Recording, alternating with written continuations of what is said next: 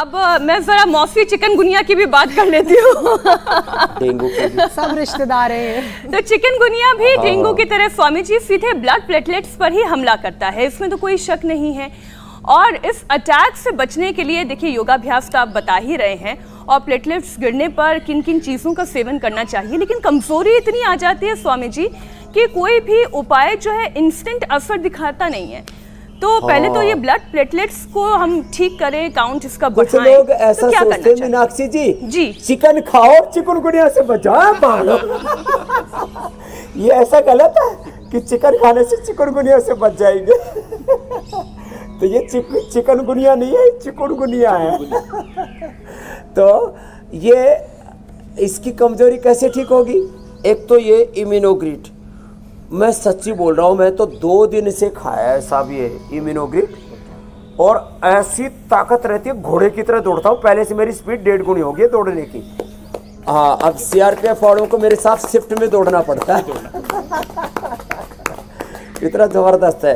तो एक तो इम्यूनोग्रिड खाएं, ये बड़ा जबरदस्त है इम्यूनोग्रिड। और इसका असर, एक तो बुखार आता है, तो बुखार के लिए तो मैंने 5-7 विकल्प बता दिए। 5-7 विकल्प हम इसलिए बताते हैं, गिलोय से, गिलोय घनवटी से, गिलोय घनवटी एडवांस से, ज्वरनाशक वटी से, ज्वरनाशक क्वाथ से, चिरायता कुटकी के क्वाथ से, महासुदर्शन घनवटी से, ज्वर, इनसे सबसे ये बुखार उतर जाता है। और अब तो एक ही बना दिया हमने, माने जो सदियों से जिस चिरायता को, जिस कुटकी को, जिस कोच के बीज को, जिस गिलोय को जो है बुखार के लिए प्रयोग किया जाता था, वो हमने अब इसमें फीवोग्रिड। लोगों ने तो क्या है, पैरासीटामोल क्रोसिन, ये सब पैरासीटामोल क्रोसिन का एडवर्स इफेक्ट क्या है डॉक्टर साहब? उसको स्वामी जी जब ओवर यूज हो जाता है तो उसका इफेक्ट लीवर पे आता है, और कभी कभी पेट के अंदर छाले और फोड़े भी बन जाते हैं। हाँ। तो पेप्टिक अल्सर भी उसके ओवरडोज की वजह से होते हैं। और अब ये तो कोरोना में लोगों ने खूब खाया, और ऐसे ही लोग खाते रहते हैं। लेकिन अरे हाँ, आप अभी तो बता ही नहीं रहे हो, आप भी थोड़ी सी हमदर्दी रखते हो इन मेडिकल माफियाओं के प्रति। ये जो फीवर की दवाई खा खा करके, बुखार की, टाइफाइड की और बुखार की दवा खा के लोग, बच्चों को टाइप 1 डायबिटीज कैसे हो जाती है?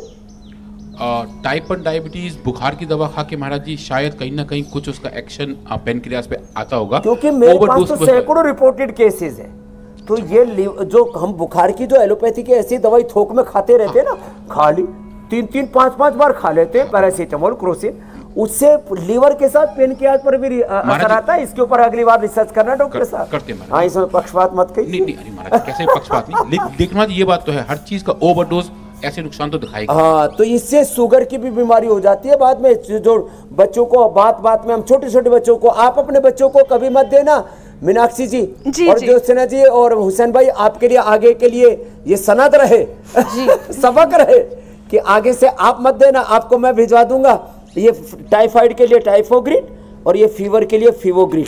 तो ये इससे ठीक रहेगा। और ये चिकनगुनिया में ना मसल्स और जो है वो हमारे बोन्स, स्केलेटन सिस्टम और मसल्स ये जो है गड़बड़ हो जाते हैं। तो उसके लिए चंद्रप्रभावटी शिलाजित रसायन अश्वशिला अच्छा काम करती है।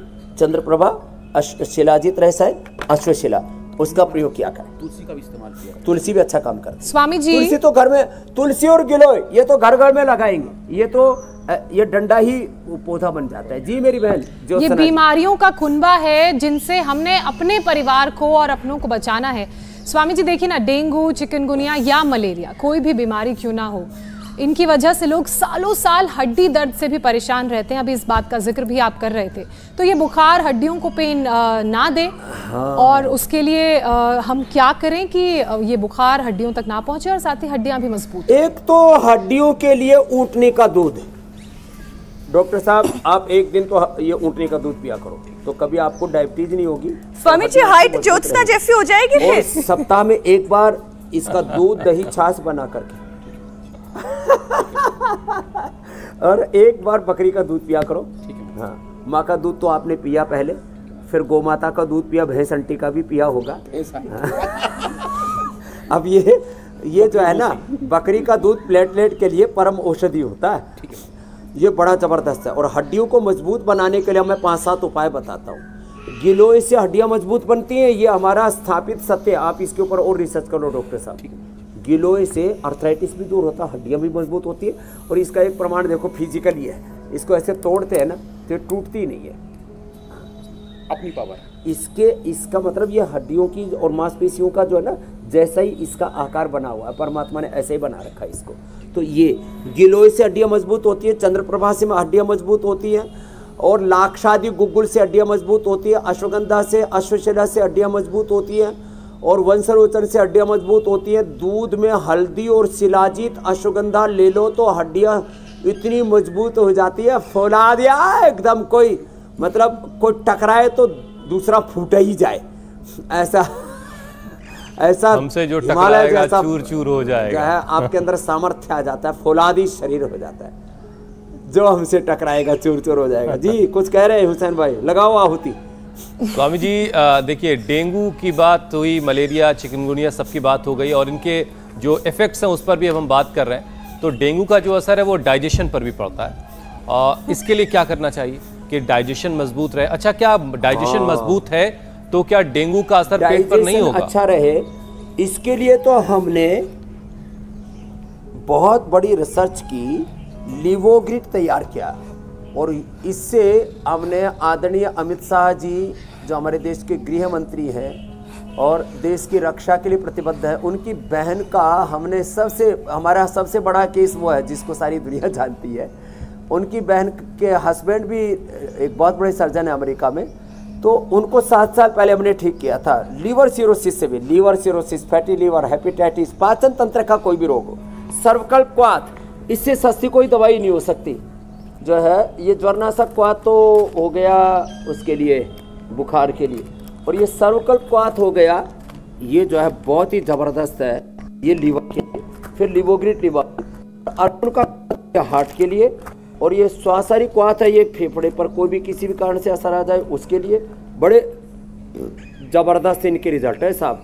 तो लीवर पर असर ना आए इसके लिए एक तो कपालभाति तो करें, मंडूकासन, योग मुद्रासन, और एक होता है पवन मुक्तासन, ये लीवर के लिए। और लीवर की सारी प्रॉब्लम्स के लिए लिवोग्रिड लीवामृत, पेट में सूजन है तो पुनर्नवारिष्ट, भूख नहीं लगती तो द्राक्षासव, भूख भी अच्छी लगेगी, नींद भी अच्छी आएगी, हार्ट भी अच्छा रहेगा, और दारू पीने की आदत भी छूट जाएगी। तो जितने भी दारू पीने वाले भाई बहन हैं, आजकल तो लेडीज भी पीने लगी वाइन, तो इसमें हमने द्राक्ष से ये वाइन तैयार कर दी, आपको नेचुरल वाइन।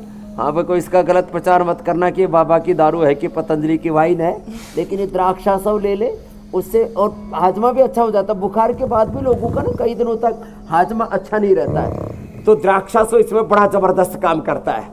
और किसी को फिर आते कमज़ोर हो जाएं और बार बार दस्त जाना पड़े तो कुटजारिष्ट, कोटाजमन, घनवटी, कोलोग्रिट। और ऐसे सामान्य रूप से मैंने बोला ये बकरी का दूध लीवर के लिए और पाचन तंत्र के लिए हमने पूरे देश में उपलब्ध करा दिया है। ये प्रचार नहीं कर रहे हैं, उपचार के लिए हमने उपलब्ध कराया है। बाकी तो किसी को अमूल दूध पीना है, मदर डेयरी का दूध पीना है तो ब्रांड है, मदर डेयरी को दूध नहीं देती है, दूध तो गाय भैंसी देती है ना, अमूल दूध देता है, अमूल दूध पीता है इंडिया बकरी का दूध पीता है इंडिया लीवर के लिए ये। हाँ, और ये जो पीछे आखा खड़ा है ना, ये डॉक्टर साहब देखो पीछे, लोग कहते हैं आखा बड़ा शुभ होता है, पतंजलि में अपने आप ही खड़ा हो जाता है। आपके प्यारे के गेट पर भी खड़ा हुआ है, पतंजलि में घुसो वहाँ भी खड़ा हुआ, पहला अपना जो आश्रम है कनखल में वहाँ भी खड़ा हुआ। आंखें की जड़ ये पेट के लिए बड़ी अच्छी होती है, आंखें की जड़, इसके ऊपर आप रिसर्च करो डॉक्टर साहब। ठीक है। हाँ, आंखें की जड़ जो है क्रोनिक लीवर को, जो जिद्दी बुखार होता है ना, 2-2, 3-3 दिन में आता है। इंडिया टीवी हर वक्त हर जगह डाउनलोड करने के लिए सर्च करें India TV news Google play store या ऐप स्टोर पर।